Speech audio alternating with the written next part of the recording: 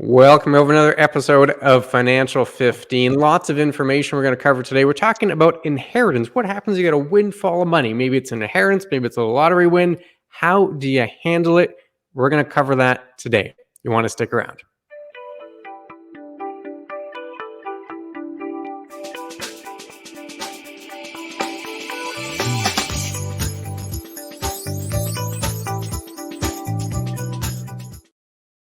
Yeah, the question some people think is infrequent, but there are a lot of inheritances that come around and people are not really sure what to do. So again, if you want information about this topic or any of the other topics, please go to our YouTube channel and subscribe. We're more than happy to have it there. All our content is on there. Any chance you get, all the information you want. Also, if you want, you can go to Facebook and like us there, or especially go to our website at beckerorr.com. All the information we have here, plus who we are, our team, the whole 9 yards, you can get it all right there when you need it. So today we're talking about you come into an inheritance, and what are we going to do with it?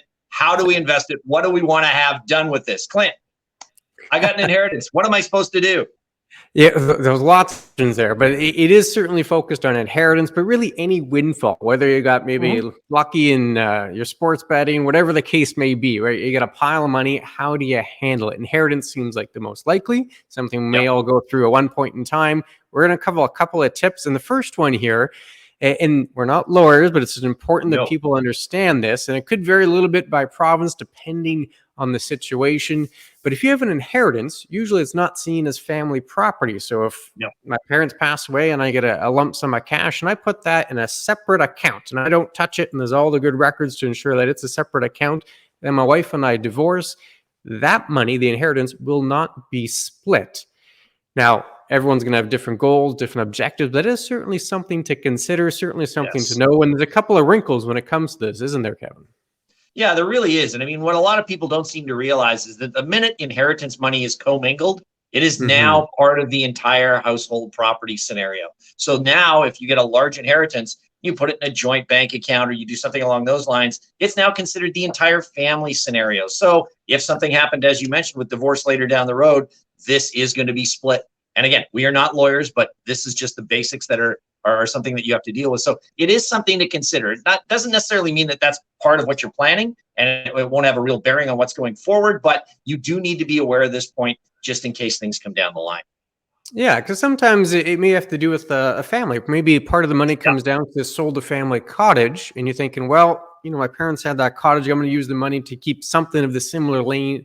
So it'll be for my family, which is perfectly fine. But then you might want to know if I go and pay off the debt or pay off the mortgage for where my family lives, well, now that's part of the family property. And if we break up, that could get split. They certainly comes in talking cottages, a cottage inheritance. Often that is the case. They want to stay in the family. And this particular item can pose some difficulties with that. So just keep that in mind. Whatever you choose to do, you just have to be aware that if it's not kept separate and you don't have good records to show this was an inheritance intentionally kept separate for that specific reason, it could end up being commingled and could end up being split. But another point here when it comes to how to invest in inheritance is lots of emotions that come with it, Kevin, right? You're going about your day-to-day life, spending your money, suddenly a big lump sum just falls on your plate. You're going to handle it probably a little differently. Yeah, and that's going to be the biggest factor I think a lot of people have to look at, because the minute that large lump sum comes down, it's like found money. That's what everybody seems to think of it as opposed to what's going on. So all of a sudden, somewhere you found $100,000. Well, this is great. I can now afford that trip that I wanted to do, or you know what, I'm looking at buying, the car that I wanted that's 60 grand and something along those lines. And before you know it, the entire amount of your windfall is gone. And that's the biggest problem, is because people don't look at it as money that has come into them that they can utilize for themselves going forward. It's more of this is what I found and I might as well spend it today, because it's not sitting there being put away in savings. It's in my pocket today and I got to get rid of it. So the emotion of a windfall is very huge. And it's something that you really have to consider before deciding how you want to deal with your inheritance. Yeah, absolutely. Yeah, I've heard this before, and I can't remember exactly where I heard it, but I think it's certainly appropriate. The faster you earn the money, the faster you tend to spend the money. Yes. So if you build up a pot of money, it takes you a couple of decades, and that's your retirement savings. You probably won't go through that in 3 months. But if the money just kind of appears one day out of nowhere, mentally you'll treat that pot of money differently and you might spend it a little faster. You also might be more inclined to take different risks with those funds because it's found money. It wasn't part of your financial plan. It comes in the door. Maybe it'll be a little riskier. I'll take some riskier investments, whatever the case may be.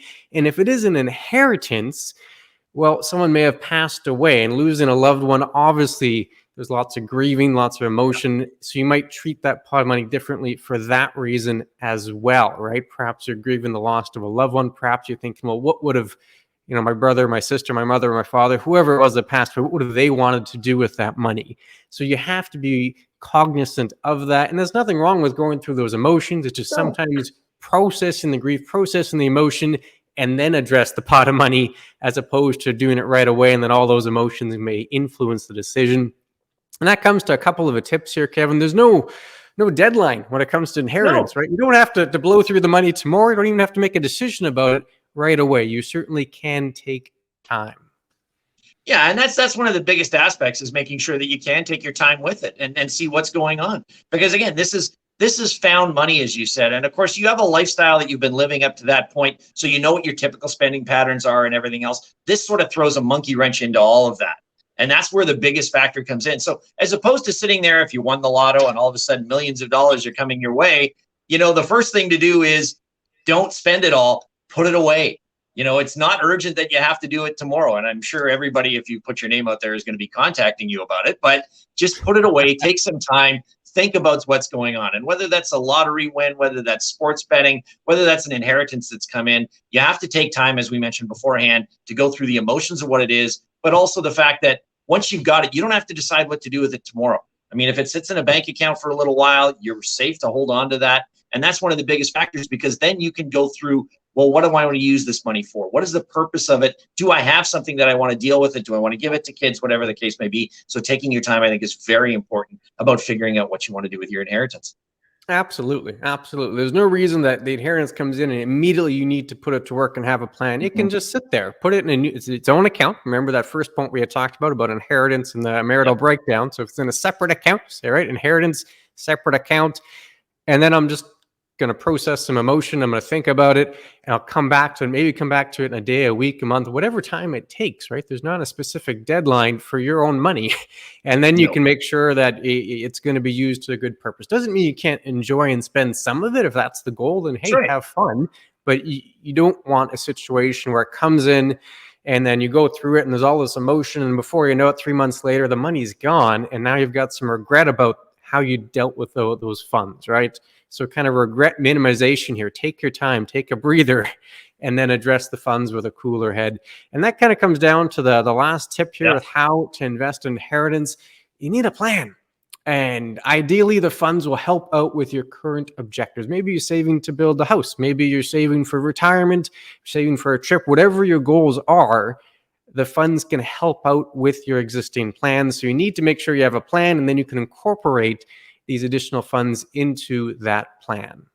Yeah, exactly. I mean, a lot of people, as we've said, the emotion once you get that windfall is great. I've got free money. I can spend it anywhere. I can do whatever I want with it. But what you should be doing is probably consulting, if you have a plan already, or if you're dealing with somebody, consult them and say, look, this money I came into, what do I want to do with it? Or how should I spend it? Or what's the investments I should look at? These are the things that you really need to deal with, because as we've said, your life expectancy going forward has all been planned basically to this point as to what you've got based on income that you've earned and things along those lines. This windfall can help out in a lot of ways, but you have to make sure that you're looking at a plan as to how it's going to help you out. Because if you just sort of, I'll put it aside. If I need a trip here, I'll do this. Or if I need a new car, I can spend it from there.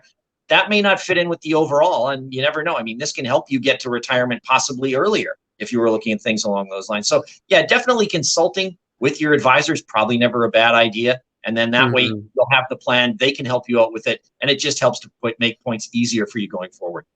Yeah, and remember our first point there as well about how inheritance can be treated if there's a marital breakdown. So you have to keep that in mind too. So nothing wrong with having a plan, and maybe those funds were intended to be part of some kind of family legacy. So you want to make sure it stays in the family. Well, you're going to need a plan for that as well. Make sure it's treated appropriately so it doesn't get commingled in the event of a marital breakdown. So having a plan, absolutely important. And of course, We got lots of questions to tackle. This is one that came up from a client before about how to tackle an inheritance. We thought it'd be a good topic Yep. for video. If you have other questions, whether they're financially related, on inheritance, retirement, taxes, whatever it is, please let us know. You can see it at the bottom of the page there, chatwithclintonkevin.com. Fill in the form. We'd love to hear from you. Any parting words for everybody, Kevin? No, I think that covers everything that we needed to. Again, we've scratched sort of just the surface of this. You can get really involved in how you deal with windfalls. But again, we wanted to make sure we just point out some of the basic points for you so that you have an idea of what's going on. Other than that, I think we're good until the next Financial 15, and I'm out. Take care, everybody.